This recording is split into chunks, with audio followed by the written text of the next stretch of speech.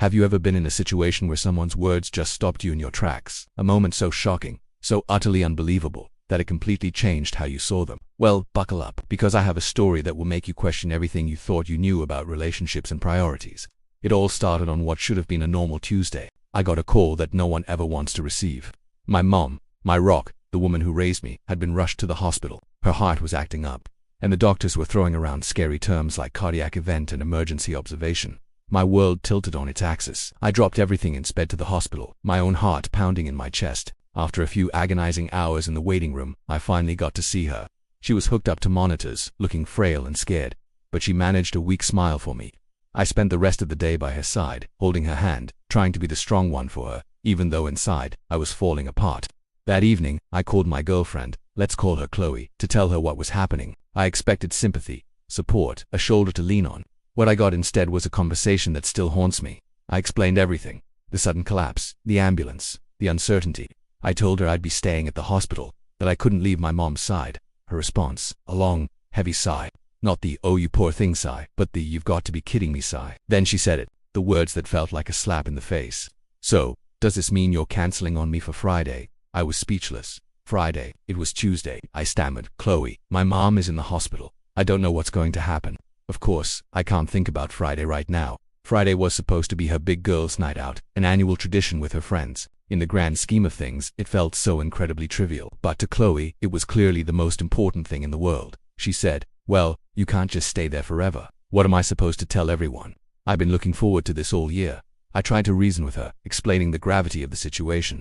My mom could be seriously ill. "Chloe, I need to be here for her and my dad." And that's when she delivered the line that ended our relationship. Even if I didn't fully realize it in that exact moment, she declared, with a chilling lack of empathy, "I'm not skipping girls' night just because your mom's in the hospital. She'll be fine. Hospitals are the safest place for her anyway. She'll be fine." As if she had a crystal ball.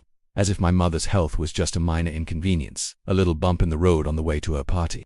The callousness of it, the sheer unadulterated selfishness, was breathtaking. It was like a switch flipped in my brain.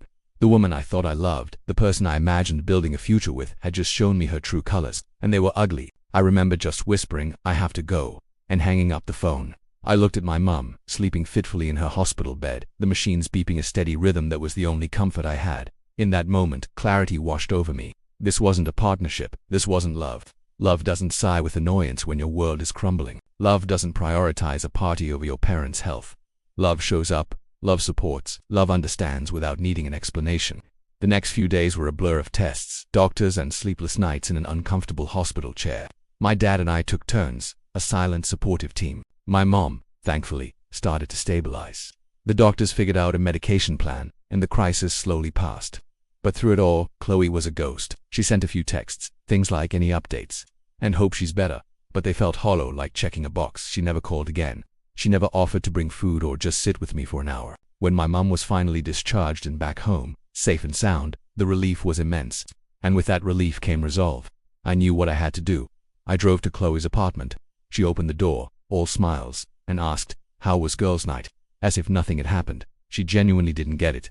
I didn't raise my voice. I didn't yell. I just told her calmly, "Chloe, we're done." I explained that her reaction, her complete inability to show even a shred of empathy or support during the worst week of my life, had shown me who she really was. I told her I couldn't be with someone so fundamentally self-absorbed.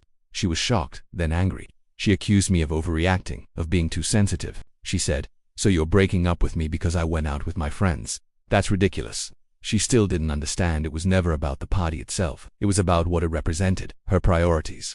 In a moment of crisis, when I needed a partner, she chose a party. When my family needed support, she chose herself. Walking away from that relationship was one of the hardest but best decisions I've ever made.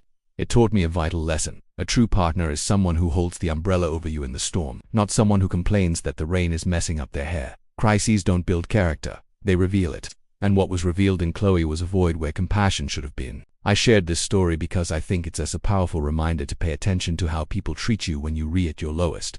That's when you see their true nature. Don't make excuses for people who show you they don't care. You deserve someone who will stand by your side, not someone who will step over you to get to a party. What do you think? Am I the one who overreacted, or was this a deal breaker? Let me know your thoughts in the comments below. I'm really curious to hear your stories and perspectives on this. And if this story resonated with you, please give it a thumbs up and consider subscribing for more real-life stories and discussions. Thank you so much for watching and for being a part of this community. See you in the next one.